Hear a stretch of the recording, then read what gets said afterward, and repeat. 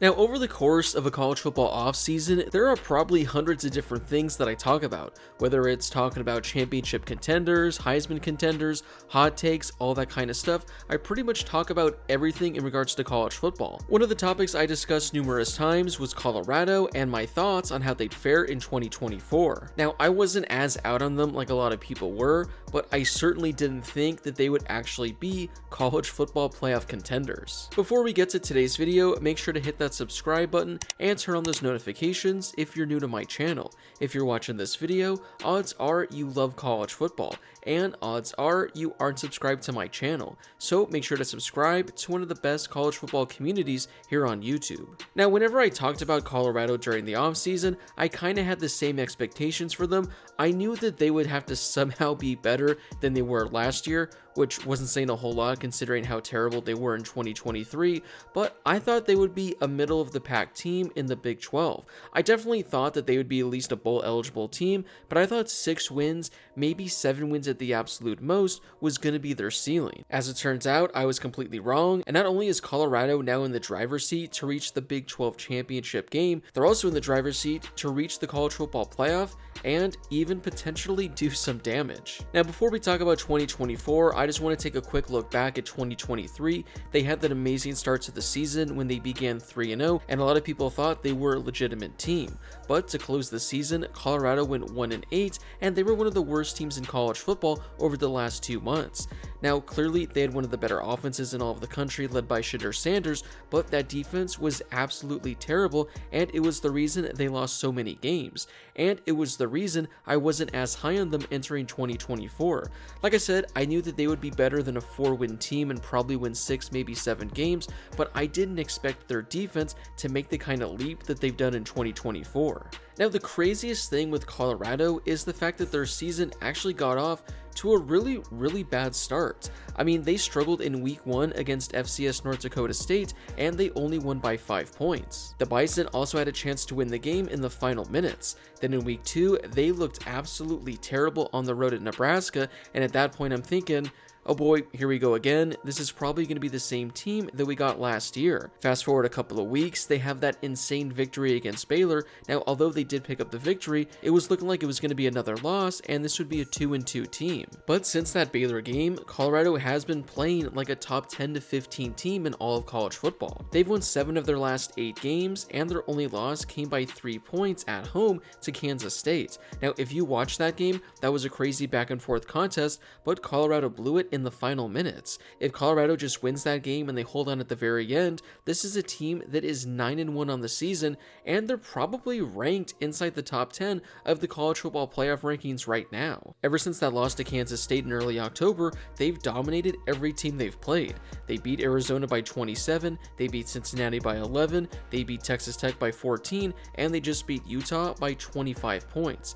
Now, I will say, out of the last month, they haven't really played any teams that are going to be contending for a really good bowl game in 2024, but they're still going out there and they're dominating on both sides of the ball. Now, obviously, the offense doesn't surprise me. They have one of the best quarterbacks in all of college football in Deion Sanders. He's been a Heisman caliber quarterback this year. He has 3,200 yards, 27 passing touchdowns, and he's added 4 touchdowns on the ground as well. It also helps having a guy like Travis Hunter, who's been one of the best wide receivers in all of college football this season, who's been doing it on both sides of the ball. But the reason Colorado has been as good as they've been is largely because of their defense. If you watched any Colorado game last year, every time you watch the game, you're thinking, how is the opposition not scoring 50, 60, 70 points every time? I mean, they couldn't stop anybody through the air, and they couldn't stop anybody through the ground. Well, so far this season, with the exception of only a couple of games, this Colorado Buffaloes defense has been legit, and they've looked really damn good. I think I mentioned it at one point a couple of weeks ago. I don't remember what video was, or again, when exactly this was,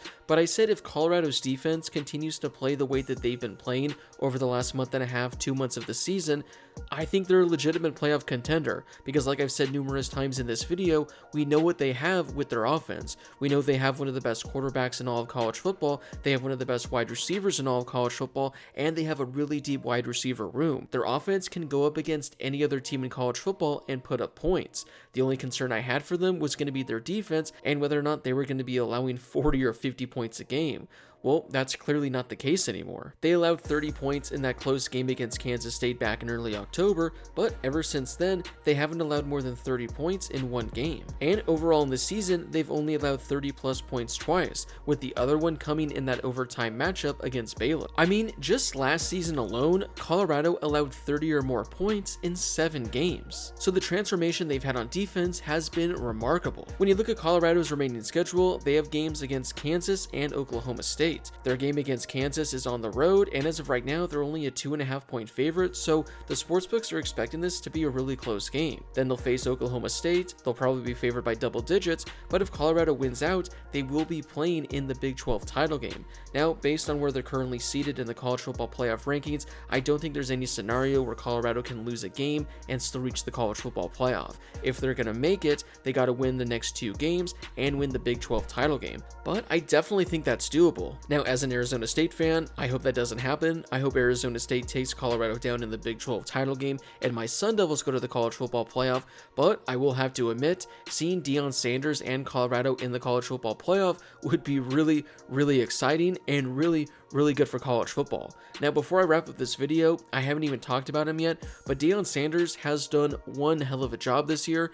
I gotta tip my cap to him. Now, a lot of people this offseason were really hard on him.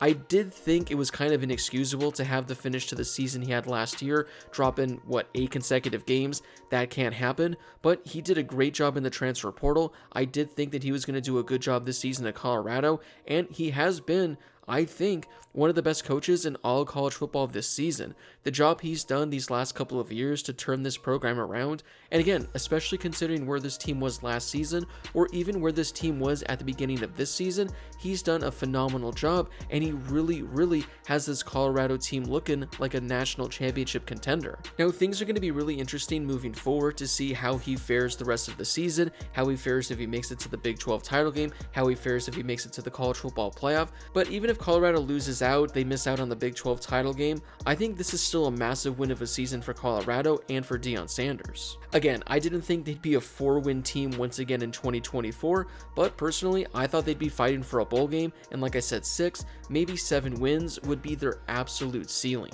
So shout out to Deion Sanders, shout out to the entire Colorado team. You've been one of the biggest surprises in all of college football this season, and I'm looking forward to seeing how this team fares the next couple of weeks and to see if they have what it takes to make it to the Big 12 title game and to potentially reach the college football playoff. So what are your thoughts on Colorado and their 2024 season? What were your expectations for the Buffaloes entering the year? Did you think they were going to be the same team they were last year, or did you think they were going to be a bowl caliber team?